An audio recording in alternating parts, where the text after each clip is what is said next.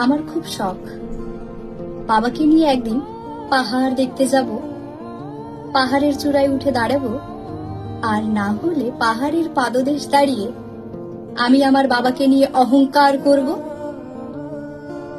পাহাড়কে বলবো, দেখো তোমার চেয়ে এক বড় পর্বত আমার বাবার বুকে জায়গা করে আছে।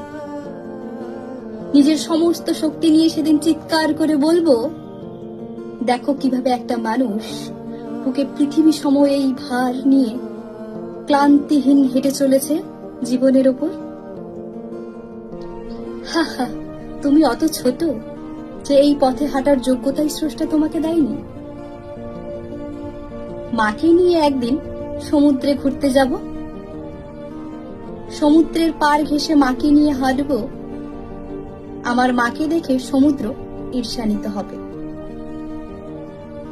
আমার মায়ের চোখে দেখে সমুদ্র কাঁদবে, যে কান্নায় আমার মায়ের পা ভিজে যাবে।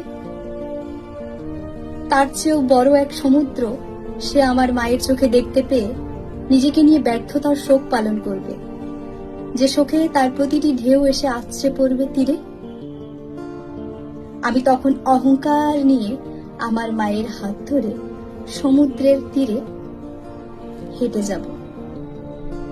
ইদানিং সমুদ্র দেখতে ইচ্ছে হলে আমি আমার মায়ের চোখের দিকে তাকিয়ে থাকি, আর পাহাড় দেখতে ইচ্ছে হলে বাবার কাছে গিয়ে বসে থাকি।